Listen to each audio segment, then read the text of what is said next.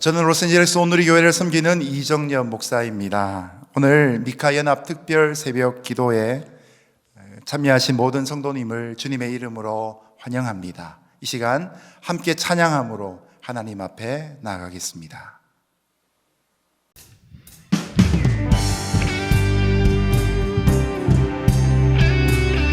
우리 힘차게 박수치며 우리의 반석 되시는 그 주님의 이름을 믿음으로 선포하며 찬양합니다. 주님 약속하신 말씀 위에서 영원토록 주를 찬송하리라. 소리 높여 주께 영광 돌리며 약속 믿고 굳게 서리라. 주님 약속하신 말씀 위에서 세상 염려 내게 엄습할 때에 용감하게 힘써 싸워 이기며 약속 믿고 굳게 서리라. 굳게 서리 영원하신 말씀 위에 굳게 서리. 굳게 서리 그 말씀 위에 굳게 서리라. 아멘. 우리 3절로 고백합니다. 주님 약속하신 말씀 위에서 영원하신 주의 사랑 힘입고 성령으로 힘써 싸워 이기며 약속 믿고 굳게 서리라. 아멘. 굳게 서리 영원하신 말씀 위에 굳게 서리. 굳게 서리 그 말씀 위에 굳게 서리. 굳게 서리 영원하신 말씀 위에 굳게 서리. 굳게 서리 그 말씀 위에 굳게 서리라. 주님 약속하신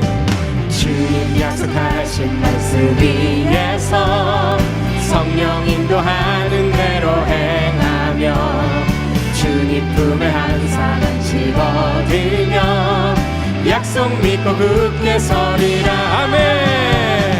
굳게 서리 영원하신 말씀 위에 굳게 서리.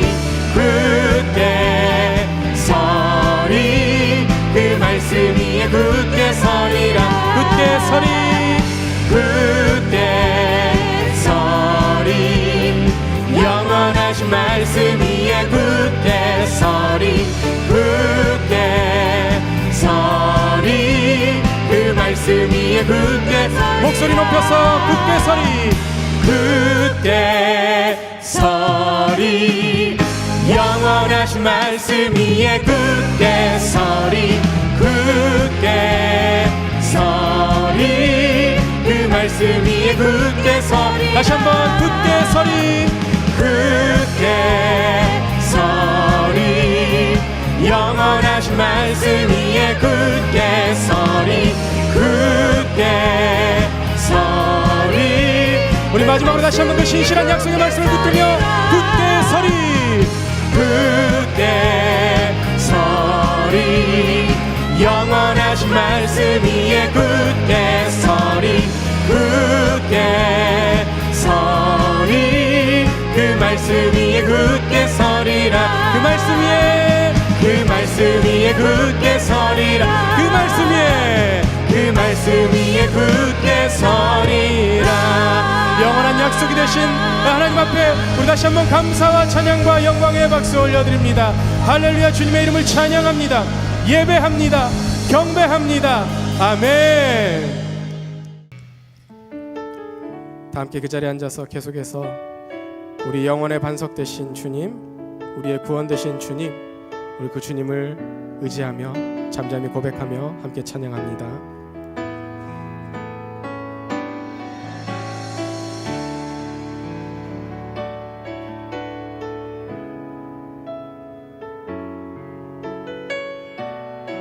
우리 잠잠히 하나님만 바라며 고백합니다. 나의 영혼이 잠잠히 하나님만 바라며 나의 구원이 그에게서 나는 도다. 함께 고백합니다. 나의 영혼아 잠잠히 하나님만 바라라. 나의 소망이 저에게서 나는 도다. 오직 주만이 나의 반석, 나의 구원이시니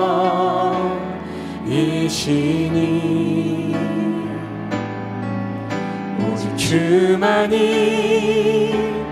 나의 산성, 내가 요동치 아니하리.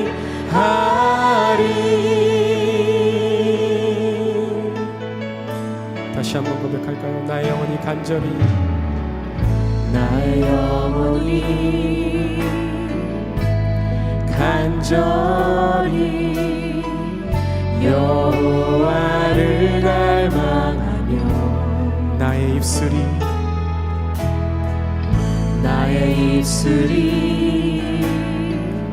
여호와를 찬양하리.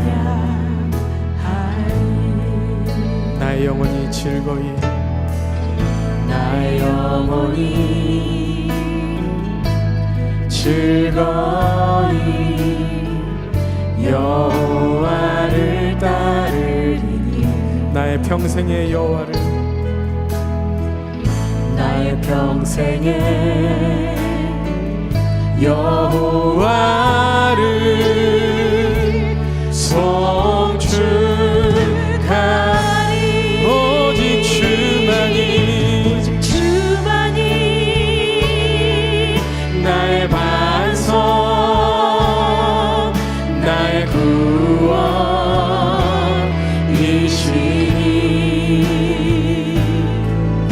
오직 주만이 나의 산성, 내가 요동치 아니하리. 오직 주만이 나의 반석, 나의 구원이시니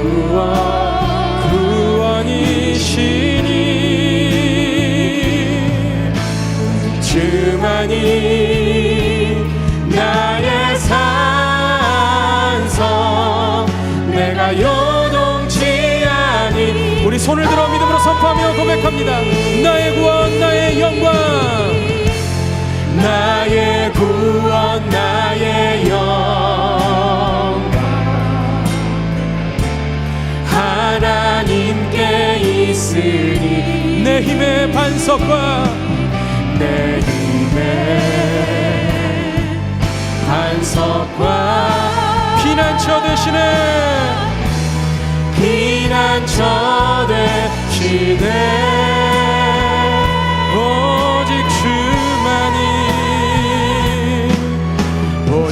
주만이 나의 반석, 나의 구원이시니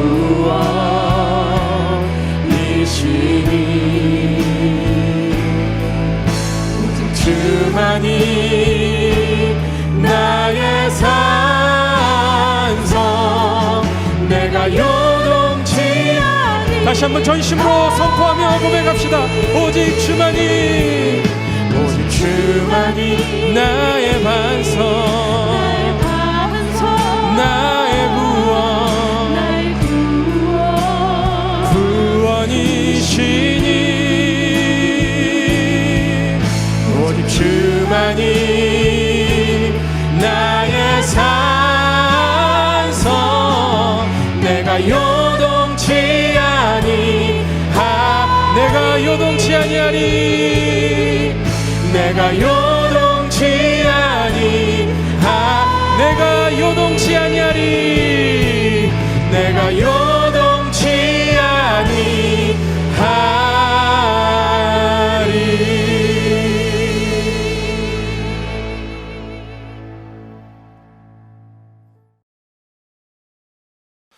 감사합니다. 다 함께 하나님 앞에 영광의 박수 올려드리겠습니다.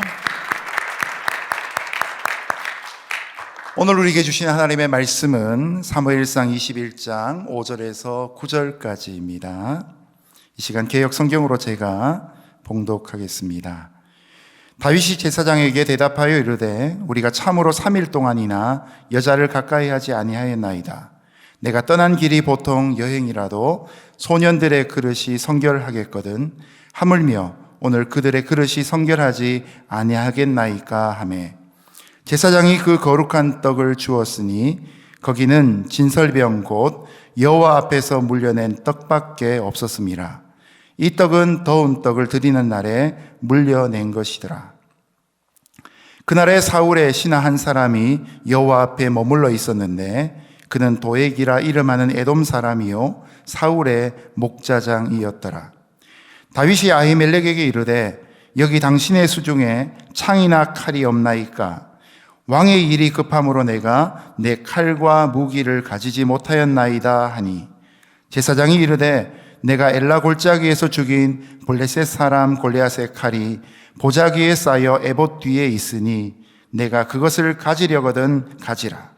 여기는 그것밖에 다른 것이 없느니라 하는지라. 다윗이 이르되 그 같은 것이 또 없나니 내게 주소서 하더라. 아멘. 오늘 귀한 말씀 주실 분은 동양선교교회를 섬기시는 김지훈 목사님이십니다. 만군의 여호와 제바이옷이란 제목으로 귀한 말씀 주실 때 큰 은혜 받으시기를 주님의 이름으로 축복합니다.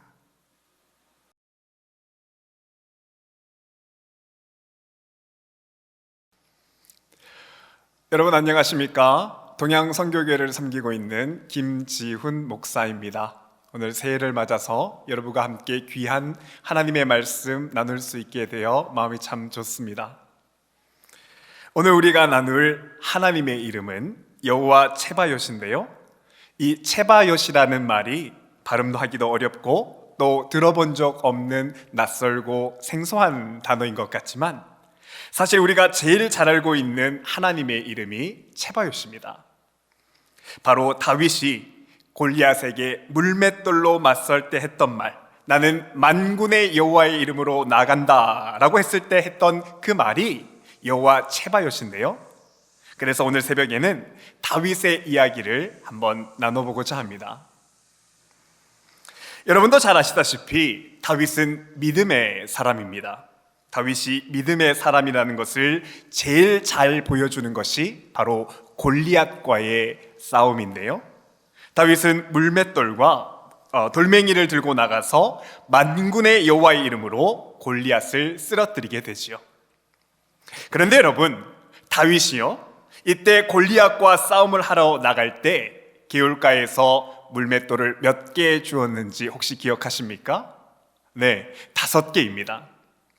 이때 다윗이 왜 5개의 물맷돌을 줍냐면, 사실 다윗은 골리앗과 싸우러 나가면서 골리앗뿐만 아니라 블레셋 군대 전체와 싸우려고 했습니다.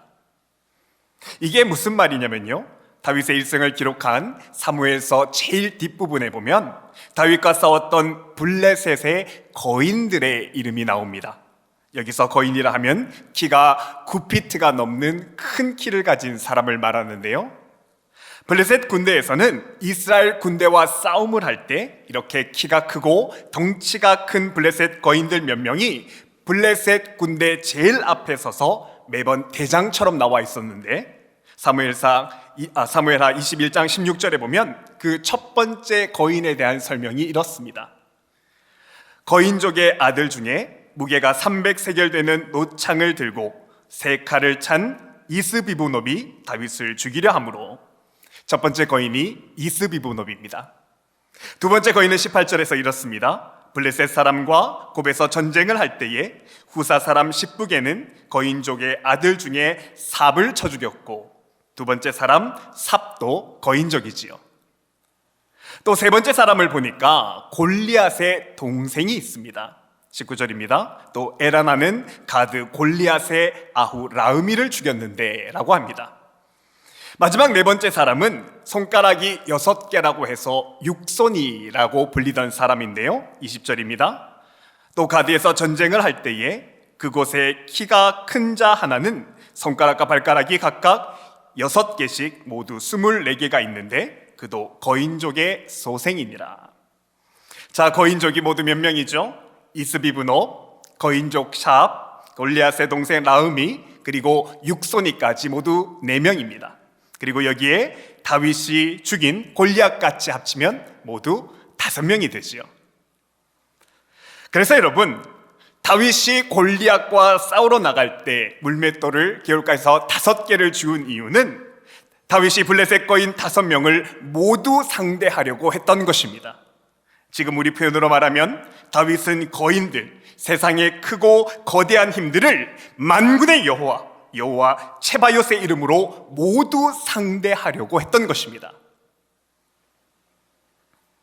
이것이 믿음의 사람 다윗의 모습인데요, 우리가 생각했던 것보다 다윗의 가진 믿음이 훨씬 더 대단하지요. 아무리 세상의 힘이 강해도 세상의 힘을 대적할 때는 반드시 믿음으로 대항했던 사람이 다윗입니다. 그런데 여러분, 이랬던 다윗이 사울 왕이 다윗 자신을 죽이려고 한다는 사실을 확인하고, 그래서 사울 왕의 추격이 심해지기 시작하니까 마음이 극도로 불안하고 초조해지기 시작합니다. 그리고 이 불안한 마음이 정말 무서운 것은 이 불안함이 다윗으로 하여금 점점 하나님과 멀어지게 한다는 사실이었습니다. 여러분께서도 텔레비전에서 동물의 왕국을 한 번쯤은 다 보셨을 것입니다. 사자 같은 맹수들이 사슴 같은 초식 동물을 사냥하는 것이 종종 나오지요. 이때 사자는요, 절대로 무모하게 사슴 무리로 뛰어들거나 그리고 함부로 덤벼들지 않습니다. 대신에 쉽게 사냥을 하기 위해서 힘없는 새끼들을 노리는데요, 여러분, 이때 사자가 제일 먼저 하는 것이 바로 새끼 사슴을 그 어미에게서 떼어놓는 것입니다. 그래야 이 어린 사슴이 힘을 전혀 사용하지 못하거든요. 그리고 일단 새끼가 어미에게서 떨어지기만 하면 이 새끼 사슴은 100% 죽은 목숨입니다. 애누리 없이 사자에게 목이 물려서 죽게 됩니다. 여러분, 우리도 마찬가지입니다. 사탄이 우리를 공격할 때 가장 먼저 공격하는 것이 우리를 하나님에게로부터 멀어지게 하는 것입니다. 그래서 우리를 불안하게 하고 또한 초조하게 만들어서 우리가 하나님 아닌 것들을 의지하게 만드는 것이지요. 그리고 내게 안정을 줄 수 있다고 생각되는 그런 눈에 보이는 것들을 붙들게 해서 결국 그런 세상 것을 의지하느라 하나님을 의지하지 못하게 합니다. 여러분, 오늘 본문에서 다윗은 사울 왕의 추격을 피해서 놉당이라는 곳으로 도망을 하게 되는데요, 다윗이 이곳에 도망한 이유를 이제 표면적으로 보면 다윗이 배가 고파서 단순히 진설병이라도 제사장에게 얻어먹기 위해서 이곳에 온 것처럼 그렇게 보이지만 여러분, 사실은 그렇지 않습니다. 다윗은요, 사울이 자기를 죽이려고 확정했다는 그 사실을 안 그날부터 마음이 초조해지고 또 불안해졌습니다. 그리고는 완전히 공포에 함몰되었습니다. 그래서 지금 당장 눈에 보이지 않는 하나님이 아니라 두 손에 확실히 잡히는 골리앗의 칼을 찾아서 이 높당으로 온 것입니다. 다윗이 쓰러뜨렸던 그 골리앗의 칼이 이 높당에 보관되어 있었거든요. 여러분, 이 당시에 골리앗의 칼은 이스라엘에서는 아주 보기 힘든 좋은 칼이었습니다. 당시 이스라엘은 청동기 문화여서 무거운 청동칼을 사용하는 데 반해서 블레셋은 철기 문화를 가지고 있었기 때문에 아주 가볍고 튼튼한 철칼을 가지고 있었습니다. 게다가 이 칼이 블레셋 대장수 골리앗의 칼이었으니 얼마나 좋은 칼이었겠습니까? 그러니 사울이 나를 죽인다는 것을 알게 된 다윗은 어느 순간 불안감에 자신도 모르게 하나님 대신 골리앗의 철칼을 찾기 시작했던 겁니다. 그리고 그 가볍고 튼튼한 대장수 골리앗의 칼이 자신을 지켜줄 수 있다고 믿기 시작합니다. 바로 골리앗의 칼이 다윗에게 의지할 우상이 되고 마는 것이지요. 그런데 여러분, 다윗이 이때 골리앗의 칼을 잡으려고 하는 순간 하나님은 다윗에게 무엇을 한 가지 보게 하십니다. 본문 21장 9절 말씀입니다. 제사장이 이르되 내가 엘라 골짜기에서 죽인 블레셋 사람 골리앗의 칼이 보자기에 쌓여 에봇 뒤에 있으니 내가 그것을 가지려거든 가지라. 여러분, 이때 골리앗의 칼이 에봇 뒤에 있었다라고 말을 하는데요, 여러분도 잘 아시다시피 이 에봇은 제사장들이 하나님의 뜻을 물을 때에, 하나님의 의지를 물을 때에 입었던 옷입니다. 마치 다윗이 그의 평생에 하나님을 믿음으로 신앙하며 하나님의 뜻을 물어온 것처럼 에봇은 하나님께 묻는다는 것의 상징입니다. 그렇다면 여러분, 하나님은 왜 에봇 뒤에 골리앗의 칼을 두신 것일까요?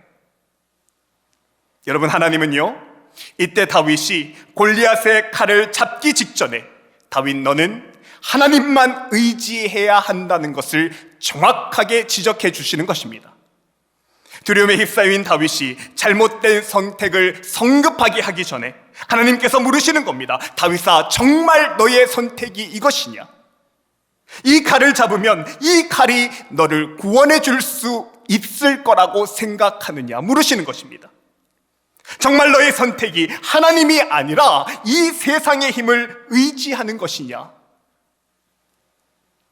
하나님은 다윗이 골리앗의 칼 앞에 있는 에봇을 보고 깨닫기를 원하셨던 것이죠.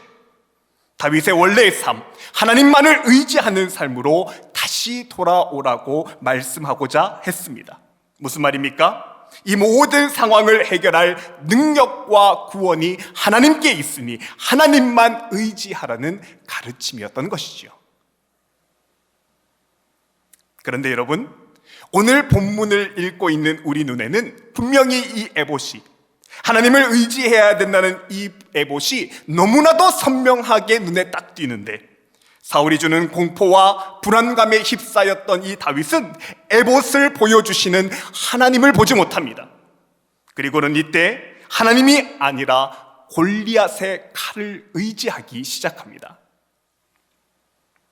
여러분, 본문 9절에 보면 다윗의 마음이 이렇습니다. 다시 한번 볼까요? 블레셋 사람 골리앗의 칼이 보자기에 쌓여 에봇 뒤에 있으니 내가 그것을 가지려거든 가지라.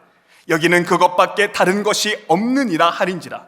다윗이 이르되 그 같은 것이 또 없나니 내게 주소서 하더라. 불안함에 함몰된 다윗이 이때 하나님을 의지하지 않습니다. 그리고 이 불안한 마음에 자신을 지켜줄 수 있는 것이 골리앗의 칼이라고 생각하고는 그 같은 것이 또 없다, 그 골리앗의 칼을 내게 달라라고 이야기를 합니다. 그리고는 봐도 그 다음 절 10절에 이 골리앗의 칼을 손에 쥔 다윗의 마음이 곧바로 이렇게 묘사됩니다. 10절입니다. 그날에 다윗이 사울을 두려워하여. 여러분, 다윗이 자신이 원하는 대로 칼을 손에 쥔 후에 평안해졌나요? 마음의 불안이 없어졌나요? 아니죠. 더 불안해지고 더 큰 두려움에 휩싸이게 됩니다. 왜요? 우리 인간에게는 내가 생각하는 방법, 골리앗의 칼이라고 생각되는 세상 힘이 결코 우리에게 평안을 줄 수 없기 때문입니다. 이 사실은요, 세상 방법만으로 싸움을 하던 사울 왕의 행동을 보면 더 정확하게 알 수 있습니다. 사무엘상 17장 38절을 보면 사울이 골리앗과 싸우러 나아가는 다윗에게 자기의 칼과 갑옷을 입혀주는데 이렇습니다. 이에 사울이 자기 군복을 다윗에게 입히고 노투구를 그의 머리에 씌우고 또 그에게 갑옷을 입히매. 사울왕이 골리앗과 싸우러 나가는 소년 다윗에게 자기 군복과 칼을 쥐어주는 장면인데요, 사울이 이렇게 다윗에게 자신의 투구와 갑옷을 입혀주는 이유는 다윗에게 네가 나가서 세상 방법으로 싸우라라는 것이었습니다. 하나님을 의지하는 대신에 투구를 쓰고 갑옷을 튼튼히 입고 그 세상 힘으로 나가서 싸우라는 것이었거든요. 그런데 여러분, 이때 만일 다윗이 세상 갑옷과 투구, 세상 방법으로 칼을 손에 쥐었다면 다윗은 반드시 죽었을 것입니다. 왜 그런지 아십니까? 사무엘상 17장 4절에 나오는 골리앗의 투구와 칼을 한번 비교해서 보십시오.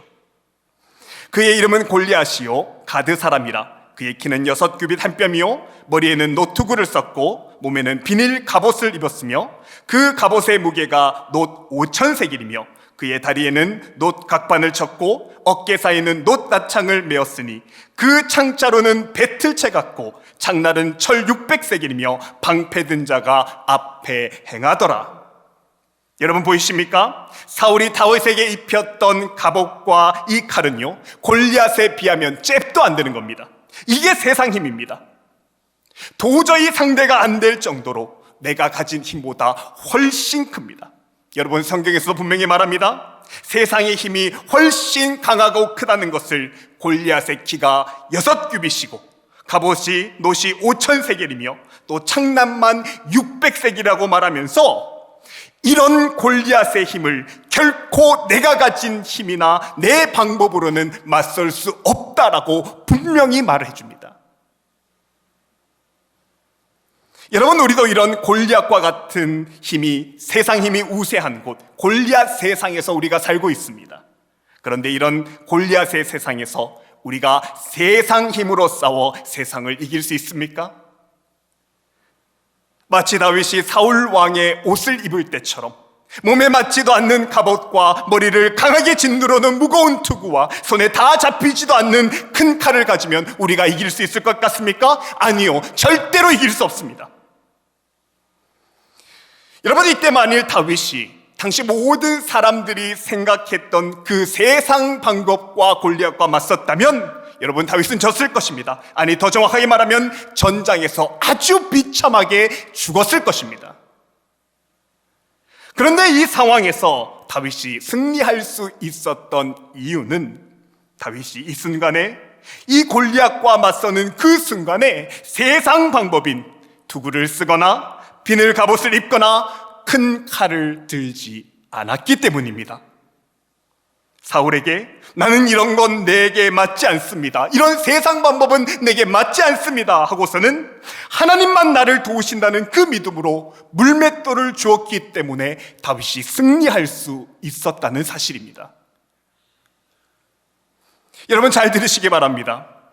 우리가 우리 인생 앞에 어려움을 두고 세상 방법을 취한다면 사울의 투구와 갑옷, 골리앗의 칼과 같은 내 경험과 내가 사용할 수 있는 인맥, 돈의 힘, 세상의 지위 같은 세상 힘을 들고 싸우기 시작한다면 여러분, 그 싸움은 내가 싸우는 싸움이 됩니다. 내가 다 책임져야 되고 이것은 내가 싸워야 하는 나만의 싸움이 됩니다. 그리고 이때 골리앗과 이렇게 싸우면 백전백패입니다. 그런데 여러분, 이때 다윗이 골리앗을 상대로 싸울 때 승리할 수 있었던 이유는 다윗은 처음부터 이런 세상 방법을 택하지 않았기 때문입니다. 다윗은 절대로 세상의 힘, 골리앗의 칼을 택하거나 사울의 갑옷과 투구나 칼을 찾지 않았습니다. 대신 다윗은 하나님 한 분을 의지합니다. 그리고 다윗은 이런 믿음으로 골리앗을 향해서 뛰어나갑니다. 사무엘상 17장 45절입니다. 너는 칼과 창과 단창으로 내게 나오거니와 나는 만군의 여호와의 이름 곧 네가 모욕하는 이스라엘 군대 하나님의 이름으로 나아가노라. 아멘. 그리고 이 다윗은 시편 44편 6절에서 이런 고백을 하게 되지요. 나는 내 활을 의지하지 아니할 것이라 내 칼이 나를 구원하지 못하리라. 사랑하는 여러분, 우리가 새해를 희망차게 시작하지만 올 한 해 우리를 분명히 두렵게 하는 일이 우리 앞에 펼쳐질 수 있습니다.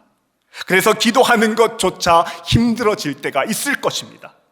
하지만 여러분, 우리가 이때도 두려워하지 말고 이 말씀 기억하면 좋겠습니다. 우리도 다윗처럼 두려울 때마다, 불안할 때마다, 환경이 우리를 초조하게 할 때마다 다시 골리앗의 칼을 쥐고 싶은 그런 인생의 절체절명의 순간마다 우리도 다윗처럼 고백합시다. 나는 내 활을 의지하지 아니할 것이라 내 칼이 나를 구원하지 못하리라. 너는 칼과 창과 단창으로 내게 나아오거니와 너는 이런 세상 힘으로 나에게 나아오지만 나는 만군의 여호와의 이름, 내가 모욕하는 이스라엘 군대의 하나님의 이름으로 내게 나아가노라. 사랑하는 여러분, 나를 불안하게 하며 또다시 나를 힘들게 하는 그 일 앞에서 우리는 세상 힘이 아니라 나를 도우시는 하나님의 손, 그 능력의 손만 붙들고 의지하는 믿음의 사람들 다 되실 수 있기를 바랍니다. 이것이 우리가 하나님의 주 되심을 인정하는 것입니다. 그리고 이렇게 우리가 하나님만 의지할 때 하나님께서 다윗이 골리앗을 맞섰을 때처럼 그 만군의 여호와 츠바요스의 이름으로 응답하셨듯이 우리의 기도에도 그 츠바요스의 이름으로, 만군의 여호와의 이름으로 우리의 기도에 신실하게 응답해 주실 것입니다. 이 은혜를 누리는 승리와 기도의 응답의 2021년이 되기를 주님의 이름으로 축복합니다. 이 시간 주신 말씀 붙들며 기도하면 좋겠는데요, 이렇게 기도하면 좋겠습니다. 하나님, 골리앗 세상에 살면서 우리가 세상의 힘이 아니라 만군의 여호와의 손을 붙들게 하여 주옵소서. 불안함과 초조함 때문에 하나님께로 멀어지는 것이 사탄의 전략임을 깨닫고 주님의 변함없고 신실하신 사랑 안에 믿음으로 거하게 해달라고 이 시간 주님의 이름 크게 부르며 함께 기도합니다. 주여, 하나님 아버지, 우리가 오늘 한 해를 살면서 골리앗 칼, 세상의 힘이 아니라 하나님 손만 붙들게 하여 주옵소서. 세상 힘이 찾고 싶을 때마다, 세상의 권세를 의지하고 싶은 상황마다 하나님, 우리가 하나님의 강한 오른손을 붙잡게 하옵시고 하나님만 의지하는 다윗에게 주셨던 만군의 여호와 츠바요스의 이름으로 우리 성도들 하나님 붙들고 승리할 수 있는 하나님 승리의 2021년이 될 수 있도록 인도하여 주옵소서. 주님, 우리가 우리 안에 불안함과 초조함으로 하나님께 멀어지게 되는 것이 사탄의 공격임을 깨닫게 하셔서 감사합니다. 힘들수록, 괴로울수록, 초조할수록, 그래서 하나님의 손길이 보이지 않는다고 생각될 수 있도록 더욱 하나님께 붙어있는 하나님의 사람들 될 수 있도록 인도하여 주옵소서. 그리하여 주의 은총을 경험하게 하여 주옵소서. 그리하여 주님의 변함없고 신실하신 사랑 안에서 우리가 잠잠히 머물 수 있기로 원합니다. 주여, 우리를 불쌍히 여겨 주옵소서. 우리 모든 성도들 하나님 불쌍히 여겨 주시고, 주님께서 나를 불쌍히 여겨 들려 할 때 하나님께서는 가는 길을 멈춰 서시고 고개를 돌려 그 고개를 응답하신 것처럼 하나님, 우리가 힘든 일 앞에서 하나님만 붙들고 우리를 불쌍히 여겨 주실 주님의 이름을 붙들고 간절히 기도하고 주님의 선한 응답을 받는 주의 백성들 다 될 수 있도록 주여 함께하여 주시고 역사하여 주옵소서. 두 번째로 기도할 때 모이지 못하는 비대면 예배의 기간이 길어질수록 무기력해지는 우리 성도들이 있습니다. 우리 성도들 하나님께서 돌봐 주시기를 함께 기도합시다. 개인적인 하나님의 친교가 깊어질 수 있도록 이 시간 동안 더욱 믿음의 뿌리를 붙잡아 달라고 기도합시다. 또한 모든 목회자들이 팬데믹 등의 이유로 혹시 패배의식이나 좌절감에 빠지지 않도록 기도하시고 영적인 분별력과 전투적인 비전과 공교한 목양을 잘 감당할 수 있게 해달라고 우리가 한번 통성으로 더 크게 주님의 이름을 부르며 기도합니다. 주여! 하나님, 주님의 성도들이 참 어려운 때를 보내고 있습니다. 이 시기에 성도된 우리는 걱정이나 원망으로 주저앉지 않도록 인도하여 주옵시고, 우리를 도우시고 함께 하시는 만군의 여호와 이름을 기록하며 승리할 수 있도록 인도하여 주옵소서. 어려울 때 낙심하기 전에 우리가 기도하게 하시고, 주님의 기도를 들으시고 돕는 자를 보내시고 우리 성도들의 필요를 채우시고, 하나님 우리 성도들을 위로하여 주옵소서. 삶의 기본에 무너지지 않도록 주의 성도들에게 긍휼을 베풀어 주옵소서. 하나님, 우리 성도들 믿음으로 기도하며 인내할 수 있도록 우리 성도들의 믿음을 붙들어 주시고 하나님의 회복을 경험할 수 있도록 인도하여 주옵소서. 우리의 생각보다 크고 높으신 하나님, 실수가 없으신 완전한 우리의 하나님을 고백합니다. 비록 우리가 지금은 다 이해할 수 없지만 때가 되면 하나님께서 우리에게 합당한 회복을 허락하실 줄 믿습니다. 특별히 목회자들 위해서 기도합니다. 우리 목회자들 행여나 낙심하거나 낭망하지 않게 하시고 마음과 믿음을 진실하게 회복될 수 있도록 주여 특별한 은총을 베풀어 주옵소서. 영적인 민감함과 영적인 분별력을 주시고 하나님의 시각으로 전투적인 비전과 공교한 목양을 잘 감당할 수 있도록 주여 그 의지와 그 열정과 그 믿음을 더욱 회복하여 주옵소서.